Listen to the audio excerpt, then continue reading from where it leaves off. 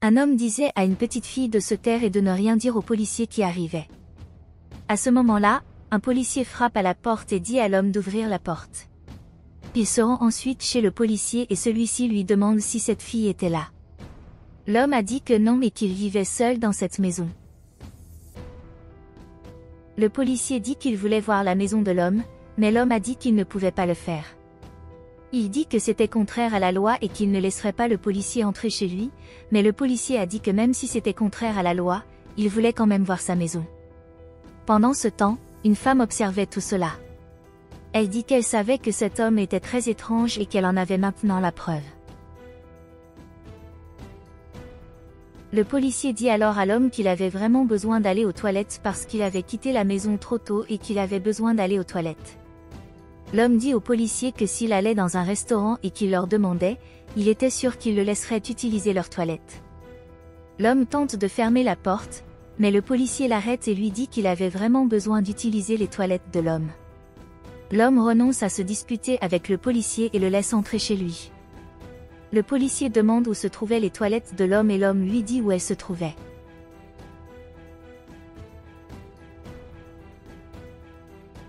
Pendant ce temps, la femme lui disait qu'elle devait faire quelque chose à ce sujet. À ce moment-là, le policier cherchait la fille dans la salle de bain, mais il ne l'y trouve pas. Il dit alors qu'il la trouverait, puis il sort son téléphone et appelle pour demander du renfort. L'autre personne demande ce dont le policier avait besoin, puis il dit qu'il avait besoin d'un mandat pour pouvoir perquisitionner la maison de l'homme, parce que sans ce mandat, il ne serait pas en mesure de perquisitionner la maison de l'homme. Il dit qu'il resterait dans cette maison aussi longtemps qu'il le pourrait, car il pensait que l'homme cachait quelque chose.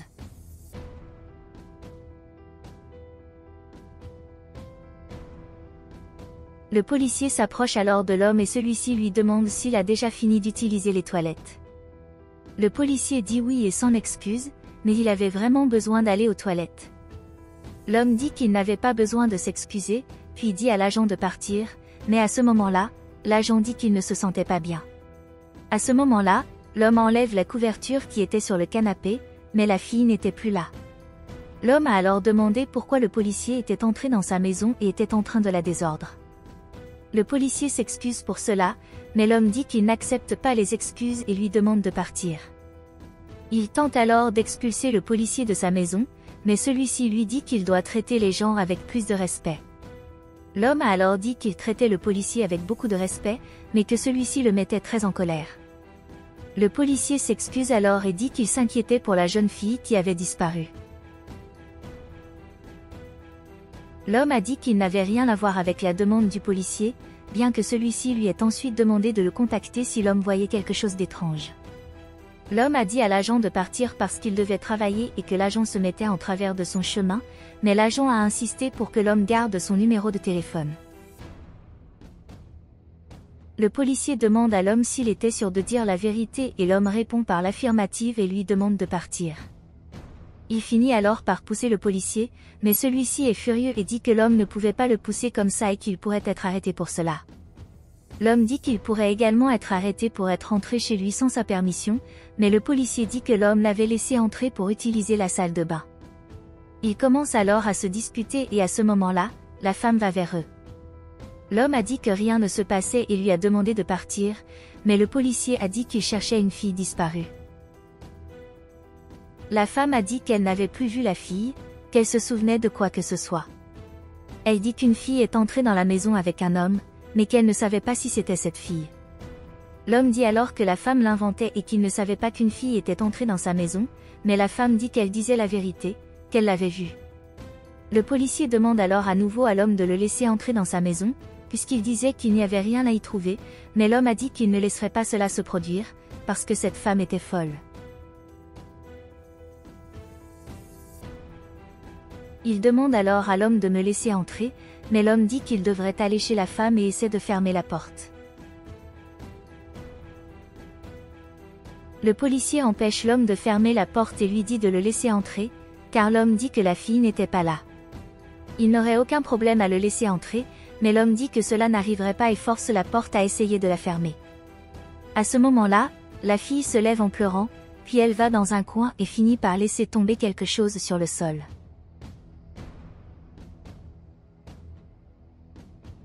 Le policier parvient alors à entrer dans la maison de l'homme et l'homme lui dit de partir, car il s'agissait clairement d'un cambriolage au cours duquel il pourrait être arrêté. À cause de cela, le policier va alors voir l'homme, lui dit qu'il devrait lui dire où se trouvait la fille, mais l'homme a dit qu'il ne savait pas où se trouvait la fille. Il ne demande pas si le policier allait continuer ou s'il allait le battre. Le policier a dit qu'il n'allait pas le faire, mais qu'il savait que la fille était là. L'homme a dit qu'il s'agissait d'un mensonge et que le policier ne pouvait rester là que s'il avait un mandat. Le policier sort alors son téléphone et demande si le mandat a déjà été délivré. L'homme a alors dit qu'il pouvait dénoncer le policier pour s'être introduit par effraction chez lui. Le policier dit alors que son souci n'a jamais été son travail et qu'il ne se souciait que de retrouver cette petite fille qui était perdue. Il commence alors à chercher la fille dans la maison de l'homme et l'homme se lance à sa poursuite. Pendant ce temps, la femme se demandait si l'homme pouvait vraiment faire ça à une fille, car il semblait être une bonne personne et qu'elle espérait que tout cela se terminerait bientôt. Ils se rendent dans la chambre de l'homme et l'homme lui dit que le policier doit sortir de chez lui dès que possible, sinon il finira par être arrêté pour cela. Le policier lui demande alors si l'homme vivait vraiment seul, puisqu'il avait trouvé des poupées dans sa chambre. Le policier demande à l'homme d'expliquer ce qui se passait là-bas et l'homme dit que c'était un souvenir de sa fille qui était décédée. Le policier est alors devenu furieux de la situation et a dit à l'homme où se trouvait la fille, mais l'homme a dit qu'il ne savait pas où se trouvait la fille. À ce moment-là, un autre policier communique avec lui en disant qu'il se trouvait devant la maison de l'homme. Le policier dit alors à son ami d'entrer dans la maison avec le mandat. Il a ensuite demandé à nouveau à l'homme où se trouvait la fille et lui a dit que s'il ne lui disait pas quelque chose de vraiment grave, cela lui arriverait. Pendant ce temps, la femme se demandait si un homme pouvait vraiment faire ça à une fille. Elle a dit qu'elle savait que l'homme était entré dans la maison avec une fille et qu'elle devait la retrouver. Elle se met alors à la recherche de la fille, mais elle ne la trouve pas et décide de chercher dans la cuisine. Elle se rendait à la cuisine, mais avant qu'elle ne puisse trouver la fille, elle a commencé à crier au policier en disant qu'elle l'avait trouvée. La jeune fille dit alors à la femme de ne rien dire au policier.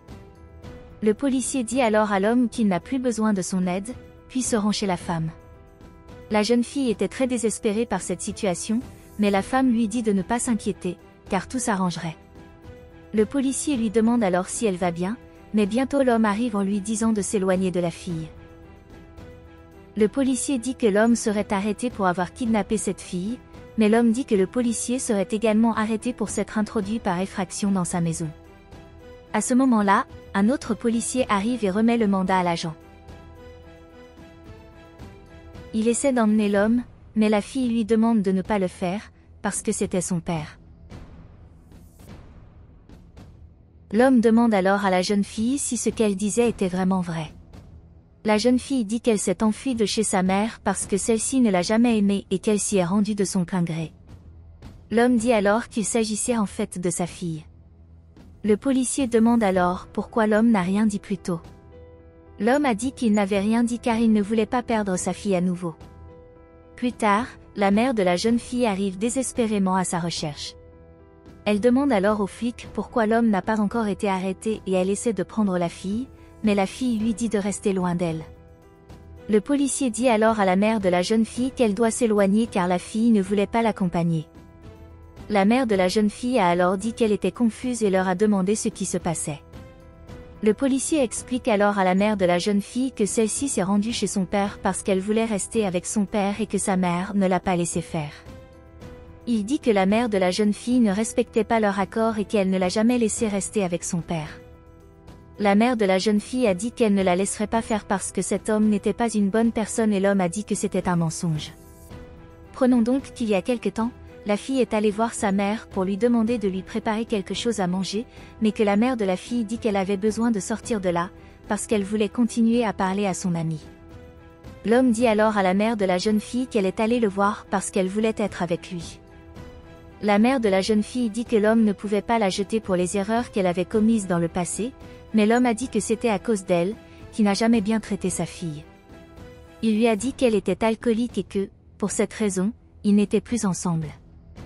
Le policier dit alors qu'il devrait régler l'affaire devant un juge, puis demande à la fille avec qui elle voudrait être à ce moment-là. La jeune fille choisit de rester avec son père, puis un autre policier emmène la mère de la jeune fille. Elle dit à l'homme qu'il regretterait de l'avoir fait. Le policier s'excuse alors auprès de l'homme pour ce qui s'est passé et s'en va. Alors qu'ils s'en vont, la femme dit qu'elle devait s'excuser auprès de l'homme. Elle a dit qu'elle n'avait fait cela que parce qu'elle était très inquiète de ce qui pourrait arriver à la fille qui avait disparu, mais l'homme a dit qu'elle n'avait pas besoin de s'inquiéter parce qu'il aurait fait la même chose. Elle lui dit alors que s'il avait besoin de quelqu'un pour s'occuper de la fille quand il irait travailler, il pourrait lui demander. L'homme remercie la femme pour ce qu'elle a fait pour lui, puis elle leur dit au revoir et s'en va.